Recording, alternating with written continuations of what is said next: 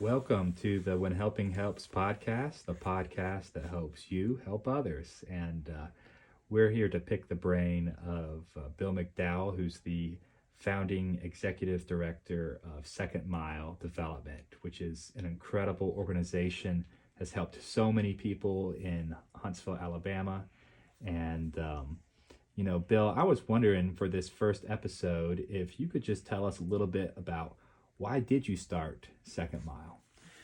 Well, Mary and I had an opportunity to move back to Huntsville in 1985, but before then, when we were in Nashville Youth for Christ, we had a lot of great experiences of learning how to help and serve in the inner city of Nashville, Tennessee. We did lots of crazy things that a lot of youth workers do. We took kids on backpacking trips. We rode mini bikes. We did all kinds of stuff to build relationships. And relationships in Youth for Christ was the key to building a good relationship, so we have the opportunity to share about Christ. We used to have a motto, you need to win the right to be heard. And so that's what building a relationship was about. But one of the things that happened in Nashville Youth for Christ was at Christmas time, we'll have a lot of good meaning, good-hearted people ask us if we could find a needy child that was deserving for Christmas gifts. And we knew a lot of teenagers and young people like that. So we would identify a family, and and the donor family would shower those kids with a lot of Christmas presents.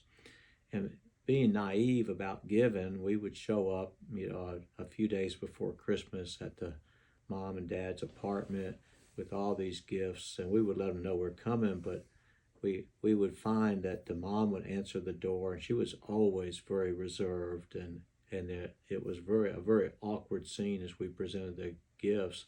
The kids loved it, but the mom was a little reserved and a little different than what we thought and everything. So as we went away, the people, sometimes someone would say, she didn't seem as thankful as we thought she would. She didn't seem as appreciative.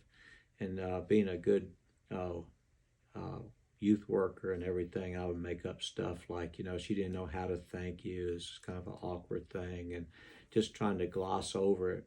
But it still always bothered me. And what happened next bothered me even more, is our relationship with that family would break down after that. They would not associate with us. They would not come up to us like they used to, and you really have that little inner sense that you've done something wrong, but you don't know what it is. Well, we kind of concluded that what we did wrong was we were communicating to her children that she could not take care of them. And so we all of a sudden realized that she was having to pay a very high price for those toys. She had to pay with her pride and dignity to be able to receive those gifts in front of her kids.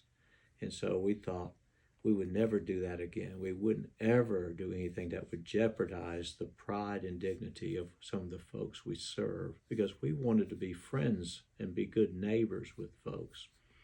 So when we came to Huntsville, we had an opportunity to share maybe some lessons learned from Nashville. In Nashville, we worked with kids all over Davidson County, but we couldn't ever see any change in the community.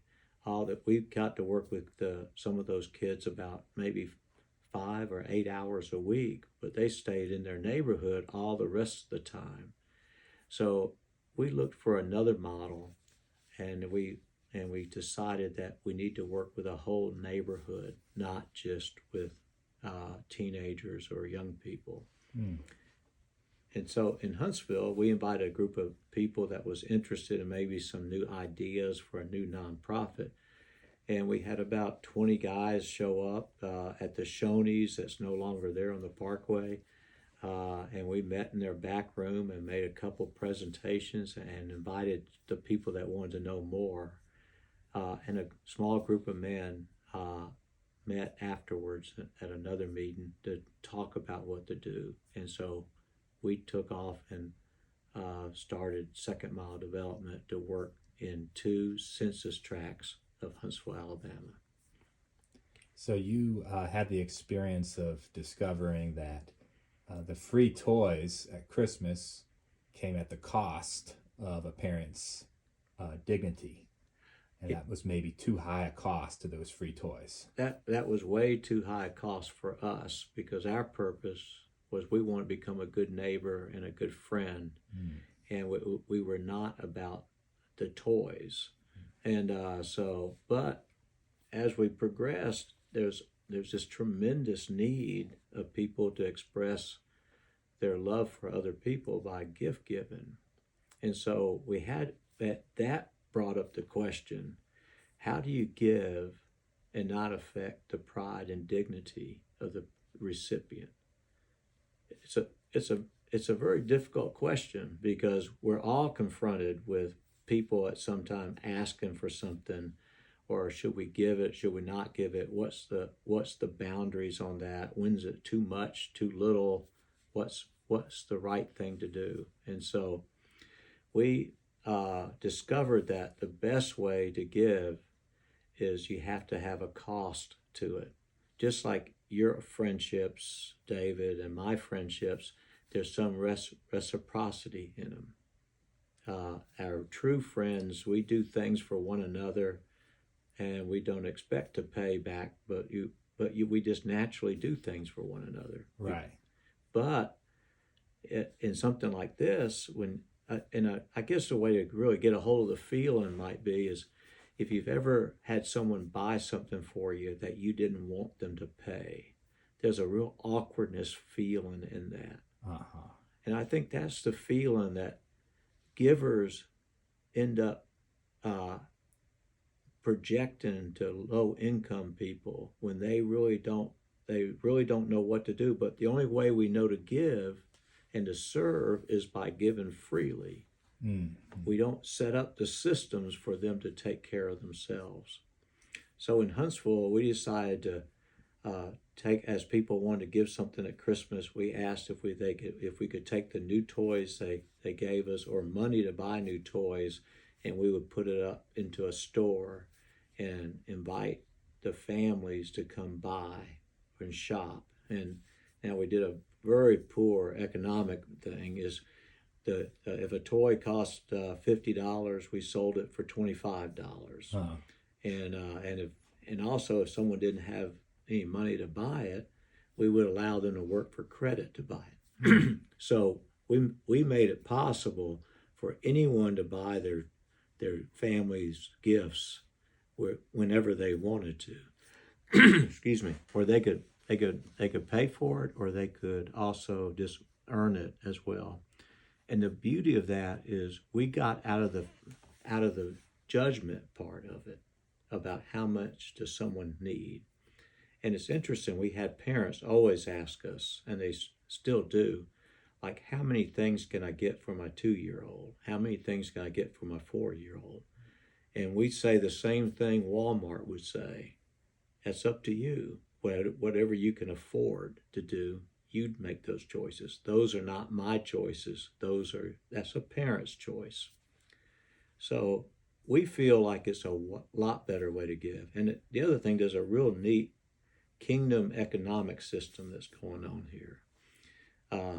I know if you go to Harvard Business School and if you sell something for half the cost, if you sell a lot of it for half the cost, and you sell in volume, you don't make it up in volume. If you lose 50% on one sale and then you have 100 sales, you lose even more. But in the kingdom value thing, what happens is if someone gives us $100 to buy toys, we sell those toys for $50. And then we take that $50 and buy more toys, and then we sell those for $25. And then we buy $25 more worth of toys, and we sell those for $12.50. But what's happening is a real neat thing is because now the original $100 donation has been maximized to over $200. And the people in need are actually helping other people in need by their contributions to it as well. So it's not just one way given, it's everyone helping one another. It's actually neighboring at its best. So the purchase price that's paid by neighbors in the neighborhood for their own children. That then goes to support other neighbors because it buys more toys, and then the other neighbors can pay what they can afford, and the cycle just keeps going as long as people participate. It does keep going, and it also helps bring enrichment and into the community as that dollar gets washed around several times. Instead of it just being spent once, it's spent 2 or 3 times before it goes away and everything. What would you say is the difference in relationships? Because you talked about looking in the eyes of a mom in Nashville, and all these free toys are given, but you can tell that the relationship has changed and perhaps broken with that parent because she's had to pay with her dignity. What are the relationships like that you see through this alternative style of giving? Well, our relationships become stronger because we don't make those judgments. We don't have to decide who gets what, who doesn't get. That's left to the parents. And a number of years ago, a pastor asked me, another pastor in town asked me, if we ever duplicate, does any of our parents receive any free toys from the other organizations? And I honestly had to say they probably do. Mm. But it brings on another question: is why does someone buy toys if they already have toys For free. why do so they? one organization may give this family free toys, Right. but the family still chooses They still come and buy. to purchase. Why would they do that? And I think it's because the choices the parents make on Christmas morning have more value than the free ones. Mm. They're the ones that's made the decision for their child, just like you and me, that we make our choices for our kids. Oh yeah. And we want to see those gifts opened even more so. Well, it's like I remember my child, they have a little Christmas market for the elementary school kids. And he was so excited buying a little trinket for every person in the family that he bought. Right. That he didn't want to wait for Christmas. He came home and said, everybody needs to open up my presents right now. And I said, no, you got to wait till Christmas morning. And he said, I don't want to wait. He hated waiting to see others open up the gifts he had chosen more than he hated waiting for his own presents. Yeah. So I've wondered in our society if we put such a value on giving toys at Christmas time that maybe we ought to shift that value to maybe kids need a more effective parent and a more enriched parent than they do more toys at Christmas time. I think that's a better gift and a better opportunity than just more toys. Well, I think it's what you were saying earlier, which is really it's about more love. And at the heart, the givers that are generous, that have extra, they want to share. What they really want to give is not toys. They want to find a way to share their love. Right. And that's actually what these parents and what folks in our neighborhood want too. Yeah, and I think that's what being a true neighbor is about more. Mm-hmm. And also toys at Christmas time is not a crisis in our society. It is a chronic problem that some people can't afford as much as others, but we just need to develop opportunities for people, and we need to give more secretly than we do when we boldly give where everyone can see us. Oh, that's interesting. So you think actually what is the connection between a certain level of what you might call secrecy and effective giving? Well, I know if you give where the recipient knows who the giver is, it has the opportunity to create dependency and codependency, and giving in secret is a much better way. Or what's even better is to create something that really needs to be done and just compensating the person for doing it and let them make their own choices and decisions where you're not involved as much as possible. So if you just think about how you would treat a friend, how you would treat your neighbor, what you would do, and just do that. It's really that simple. Man, I love that because I mean sometimes we have the mindset of, well, this person can't afford anything, but that may not be a helpful way to think about someone. In fact, that might be a very limiting way to think about someone, to say they can't afford anything.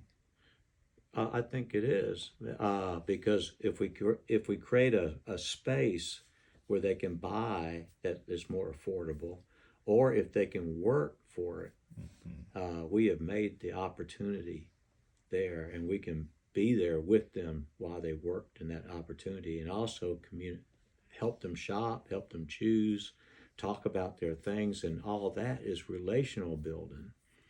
And we have found that almost no change really happens without a strong relationship But being if we developed. can create reciprocity and mutuality where both parties are sharing to their abilities, that creates the foundation for relationships. Absolutely, that probably is some of the two good building blocks for a relationship. And that's true of friendships with folks that make the same income. And it's Right. also true about friendships and relationships between folks that make different incomes. And it also means that you value that other person Mm, and what they can do and or can't do.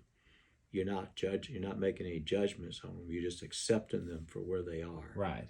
And that's really what God did for us. He accepts us exactly where we are. We don't have to do anything special. We just have to accept Him. That's probably the best Christmas gift of all. That's the meaning of Christmas, last time I heard.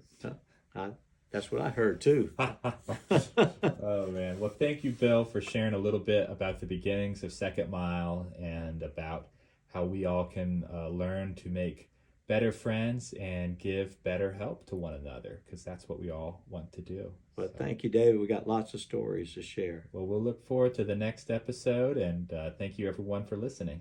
We'll see you next time. Bye.